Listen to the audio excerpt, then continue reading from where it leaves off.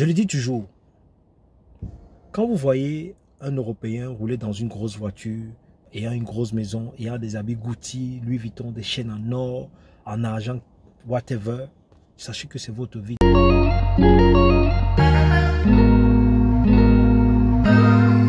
Avant de commencer, abonnez-vous et cliquez aussi sur la petite cloche de notification pour ne plus rater les infos.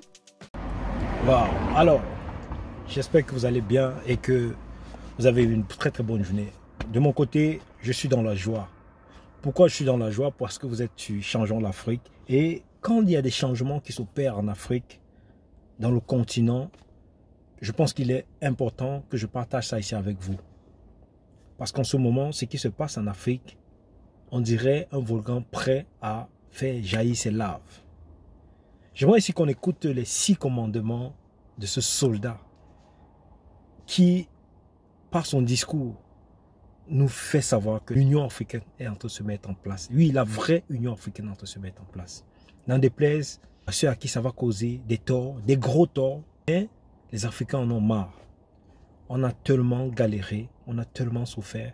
Nous nous retrouvons même ici en ce moment en Europe où nous sommes. Ce n'est pas parce que nous voulons forcément, mais c'est parce que, voilà, on a tellement spolié l'Afrique que les Africains se retrouvent aujourd'hui à être partout dans le monde alors qu'ils ont tout chez eux pour vivre la vie qu'ils mériteraient de vivre.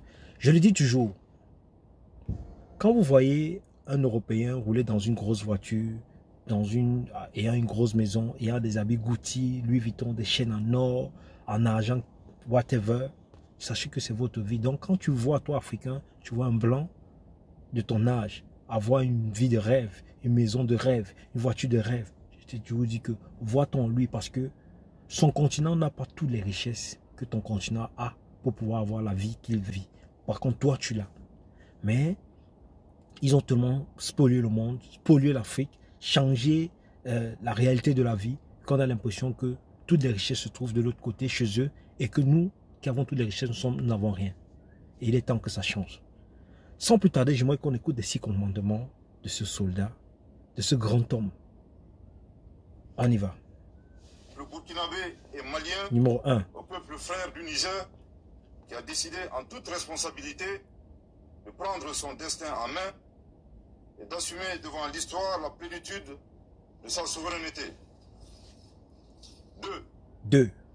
Dénonce la persistance de ces organisations régionales à prendre des sanctions aggravant la souffrance des populations et mettant en péril l'esprit de panafricanisme. Oui. 3. Refuse d'appliquer ces sanctions illégales, illégitimes et inhumaines contre le peuple et les autorités nigériennes. 4. Avertissent que toute intervention militaire contre le Niger s'assimilerait à une déclaration de guerre contre le Burkina Faso et le Mali. Je répète. Il répète. 4. Avertissent que toute intervention que militaire contre le Niger s'assimilerait à une déclaration de guerre contre le Burkina Faso et le Mali. Waouh! Le 4e commandement, c'est la mort. C'est ça qui nous montre que les pays africains commencent à être un. Quand vous avez écouté, si vous avez écouté le discours du nouveau président de la transition burkinabé en Russie, vous aurez compris que le temps du changement est arrivé. Et voir ce qui s'est opéré directement au Niger et écouter aussi un discours comme celui de ce soldat, vous vous rendez compte que le temps est arrivé où les Africains vont commencer à enjoy, vont commencer à profiter ou bien vont commencer à savourer ce qui leur revient de droit. On va réécouter encore une fois de plus et lui-même le dit, le 4e commandement. Je répète pour une dernière fois, 4. Avertissent que toute intervention militaire contre le Niger s'assimilerait à une déclaration de guerre contre le Burkina Faso et le Mali. 5. Préviennent que toute intervention militaire contre le Niger entraînerait un retrait du Burkina Faso et du Mali de la CEDEAO en défense en soutien aux forces armées et au peuple du Niger. 6. Mettre en garde contre les conséquences désastreuses d'une intervention militaire au Niger qui pourrait déstabiliser l'ensemble de la région, comme l'a été l'intervention unilatérale de l'OTAN en Libye, qui a été à l'origine de l'expansion du terrorisme au Sahel et en Afrique de l'Ouest. Les gouvernements de transition du Burkina Faso et du Mali sont profondément indignés et surpris par le déséquilibre observé entre, d'une part, la célérité et l'attitude aventurière de certains responsables politiques d'Afrique de l'Ouest, toujours les Africains, utiliser la force armée pour rétablir un ordre constitutionnel dans un État souverain. Mais il a dit, toute personne qui voudra utiliser son armée contre le Niger aura en face de lui le Mali et le Burkina Faso.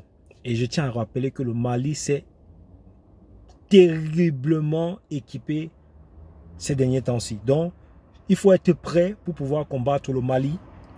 Et sans compter que le Burkina va se rajouter. Et sans compter qu'il faudra aussi combattre avec aussi le Niger. Donc, vous aurez 3 pays à combattre. Donc, soyez prêts. Ceux qui sont prêts à bafouer la dignité africaine. Ceux qui sont prêts à aller tuer leurs frères africains parce qu'ils veulent leur liberté. Soyez prêts. Vous sachez que vous aurez fait affaire à 3 pays.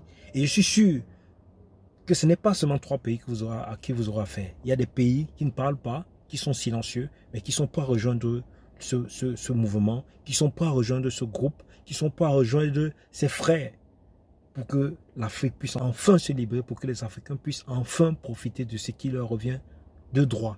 Donc faites attention.